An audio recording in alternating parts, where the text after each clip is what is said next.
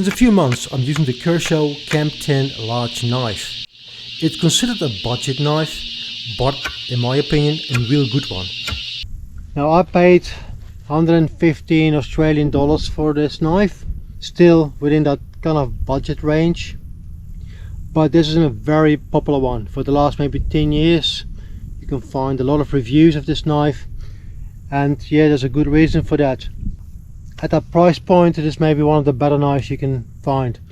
So the style of the knife is a bit more like an Indonesian golok knife, but the weight distribution is really nice.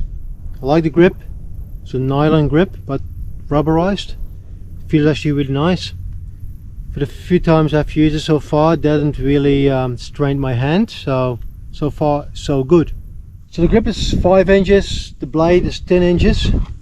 There are bigger versions of it as well, but I find that this is actually perfect for what I'm doing.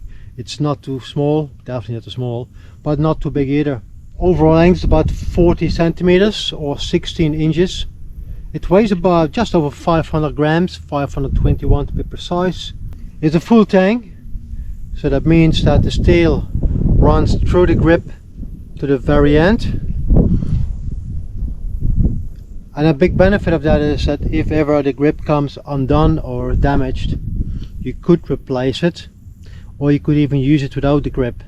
You could improvise the grip. So the thickness of the blade is 4.9 millimeters. The sheet is made of durable plastic. It has holes along the side, so you can use a lanyard to attach the knife to your pack or body. It has also very strong and practical Velcro straps that can be used to attach the knife on your belt or a pack or any other webbing. So I have it primarily in the side pocket of my backpack, and this holds it nicely in place. There's a little bit of play between the sheet and the knife. It doesn't really bother me much though, and there are ways to address that.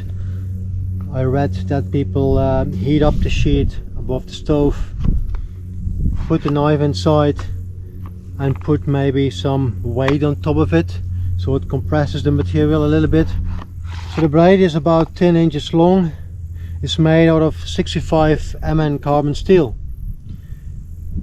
which isn't a reasonable steel. It's not the best, but yeah, with steel it's always difficult. You have to strike a balance between durability, hardness, but it contains many other metals like carbon, chromium, nickel, copper, and although it is a good steel for knives, the retention of its sharpness is probably not as good as the T10.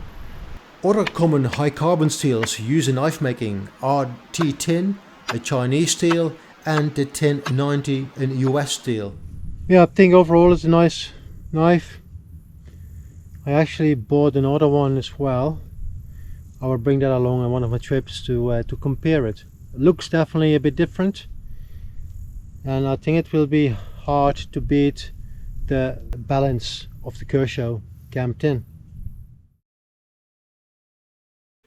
Well, that wraps up my quick review of the Kershaw CAMP 10 knife. Thanks for watching, and I hope to see you next time.